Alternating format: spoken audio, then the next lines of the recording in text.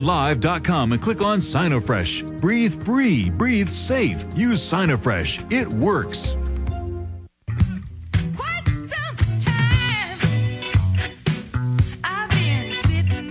Well, the IMF has publicly announced what we told you in December they were going to do. They are going to have every Western government pay masses of money to them to openly set up world government and force carbon taxes on everyone. Completely lawless and criminal. Continuing with your phone calls, we're going to get into that in the next hour with Max Keiser. Dustin in Illinois, you're on the air.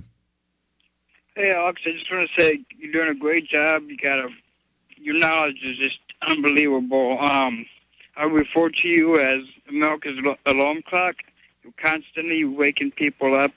Keep up the good work and keep kicking ass. And I also wanted to know what your thoughts was of the Discovery Channel. They're having the underwear bomber premiering this Thursday. Well, I don't really pay attention, but the underwear bomber was admittedly staged by the government. They let him on the plane, protected him, mainstream news, to sell the body scanners in the police state because their target's the American people. They know we fly. They beta test their control surveillance grid when people are in the airports. Now they're going to move it to mobile brain scanning and naked body scanning systems. We've got video from Homeland Security coming up later in the broadcast and how it ties into dissenters to be detained as enemy belligerents. New bill. Thank you for the call. John McCain to completely get rid of any Bill of Rights, any habeas corpus, anything. And it says you can be interrogated. Oh, heaven help us. Monica in New York, you're on the air. Hello, Alex. Yes, you are unbelievably a watchman on the wall. And I say that not as just to affirm you, but God has equipped you to be able to do this, I'm telling you. And we see that. And this morning, I was just unctioned to it was like really hard to press through to pray. And you will be lifted up in prayer. And not only that, and when you first started the program, how it was like birthing something. I think people in the spirit need to realize that they have been created to operate a certain way. And there is an evil will trying to force us to not resist it. It's a spirit.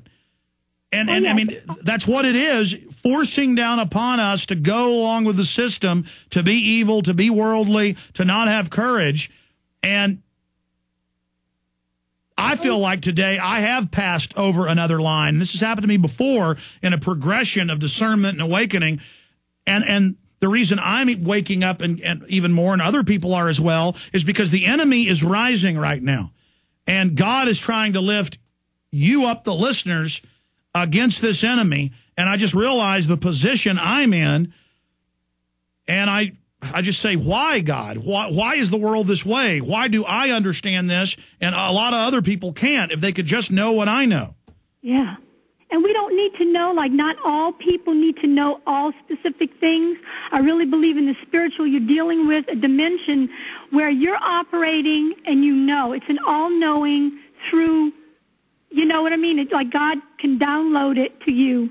And there is no fear in it when God's there. Well, that's what it's like, though. I mean, I knew they were going to stage an attack in Austin. I knew they were going to stage attacks and blame it on 9/11 truth. And I said it'll happen in the next month, and it happened. And then I know pretty much what they're going to do next. I'm going to try to really formulate my thoughts and cover it in the last hour. It's like watching a train coming. You see it coming, and you're saying, look, there's the train, and people don't see it, and it runs them over. How can they not see it? It's spiritual psychology is what it is. You have to understand and see a pattern in it in order for you to operate the way you do in the very thing that God allows you to do it and equips you. You have to see it that way, and it's a pattern, and it's almost like you could set up a grid and see it and point by point pick out. Absolutely, and that's what the globalists use their computers to do, and also their master gives them the same discernment. America's #1 source for independent talk radio for over a decade.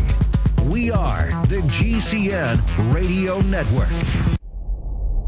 Hundreds of nations have fallen to tyranny in the last century alone. This is our last chance to not relive history. As we're finishing off this agenda, they'll be pulling the rug from underneath Americans at home. They have tremendous influence on our president and Congress, and they really are calling the shots. I think it's incumbent upon all of us as American citizens to pay attention. Fall of the Republic identifies the enemies of our nation, the criminal offshore cartel, hell-bent on destroying sovereignty, and on its ashes constructing world government. Tim Geithner, Bernanke, they're arsonists. They're asking for more matches. And the Congress is saying, who do we make the check out to? Today, it seems like nobody does care. And right now in Washington, D.C., we have seen a fall of the Republic.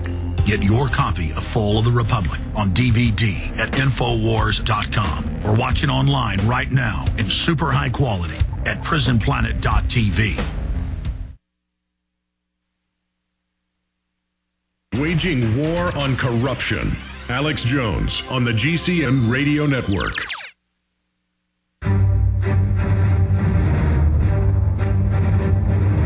Big Brother, mainstream media, government cover-ups.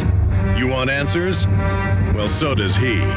He's Alex Jones on the GCN Radio Network. And now, live from Austin, Texas, Alex Jones. It is Monday, March 8, 2010. For the next 60 minutes, joining us from France is Max Keiser of the Keiser Report on RT. He's also TV shows at BBC, Press TV, you name it. The inventor of the Hollywood Stock Exchange. A lot of his technologies are used on major stock exchanges today. I want to get into the state of the world economy with him, but I also want to talk about the Joe Stack attack. A lot of evidence that was staged. The Pentagon attack. We saw preconditioning that 9/11 truthers were going to get violent before anyone had ever gotten violent. And I saw the media putting that out, and I said, look, they're about to stage something. And now it turns out his parents warned. Turns out he's got government connections with weird government contracts and communications with the Pentagon. Same thing with Joe Stack. But regardless, they are really demonizing everybody right now. The Southern Poverty Law Center is attacking me every day. They're demonizing the Tea Parties. They're going after everybody. So we'll talk about that with Max Keiser as well, because the people are really starting to wake up. The banks control both parties.